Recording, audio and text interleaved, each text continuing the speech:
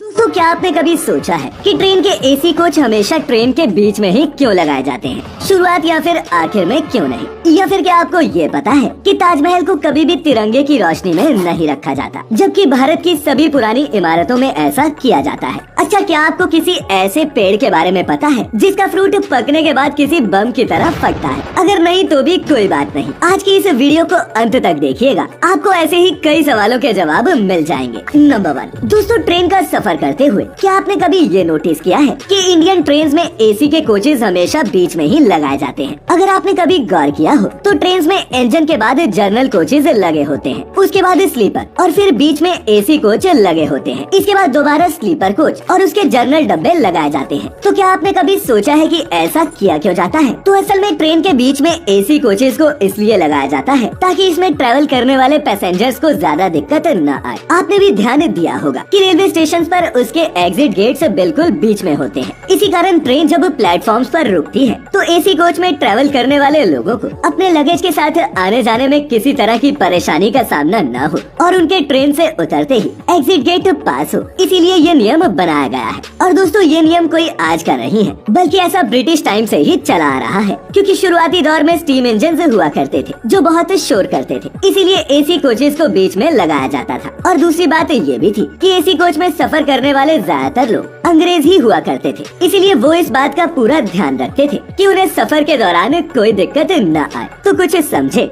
Number 2, दोस्तों, ताजमहल दुनिया के 7 अजूबों में शामिल है, लेकिन क्या आपको पता है कि ताजमहल अकेली ऐसी इमारत है यहाँ पर चाहे 26 जनवरी आए या फिर 15 अगस्त, इस बिल्डिंग को तिरंगे वाली लाइट से नहीं सजाया जाता। तो ऐसे में सवाल ये उठता है कि जब हमारी सभी इमारतों को रिपब्लिक डे या फिर इंडिपेंडेंस डे के मौके पर ऐसे ही सजाया जाता है, तो फिर ताजमहल के साथ ऐसा क्यों नहीं किया जाता? तो इस सवाल का जवाब जाने उससे पहले बता दें कि 8 मई 1945 के दिन ताजमहल ही वो भारत की पहली ऐसी इमारत थी जिसे रोशनी से नहलाया गया और यहाँ एक शानदार कार्यक्रम किया गया। और दोस्तों, ये मौका था सेकेंड वर्ल्ड वॉर के बाद जर्मन सेना के सरेंडर करने का। लेकिन फिर 20 मार्च 1997 के दिन यहाँ पर एक पियानो फंक्शन रखा गया जिसमें कई लोग आए हुए थे और अगले दिन पाया गया कि यहाँ पर कई कीड़े मरे हुए मिले जो ताजमहल की दीवारों और छत पर चिपके हुए थे। फिर इस वाक़े के बाद से ही आर्कियोलॉजिकल सर्वे ऑफ इंडिया यानी कि ASI ने ये डिसाइड किया कि ताजमहल पर किसी भी तरह की रोशनी नहीं लगाई जाएगी, क्योंकि इन कीड़ों के मरने की वजह से ताजमहल की सफेद सतह पर दाग लग जाते हैं। कुछ आर्कियोलॉजिस्ट का तो ये भी कहना है कि ताजमहल को बनाते वक्त इस बात का ध्यान रखा गया कि ये इमारत चांद की रोशनी में चमके, इसीलिए अगर ताजमहल में आर्टिफिशियल लाइट से लगा दी जाए तो इसकी असली खूबसूरती मानो खत्म हो जाएगी। नंबर 3,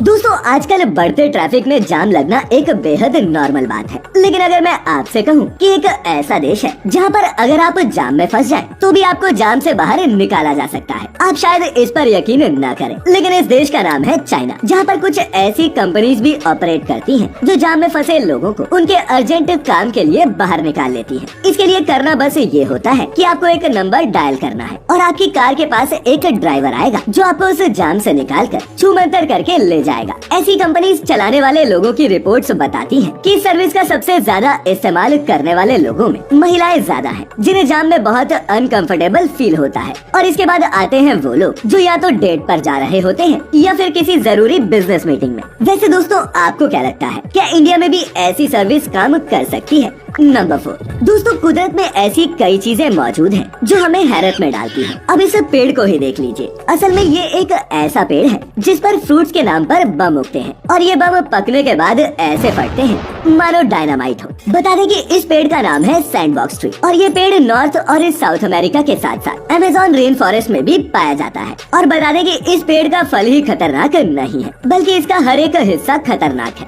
इस पेड़ के तने पर नुकीले कांटे होते हैं जो बेहद जहरीले होते हैं। कहा जाता है कि इसका फल पकने के बाद बहुत ही तेजी से ब्लास्ट होता है, यहाँ तक कि अगर ये किसी इंसान के आसपास फट जाए तो इससे उसकी जान तक जा सकती है।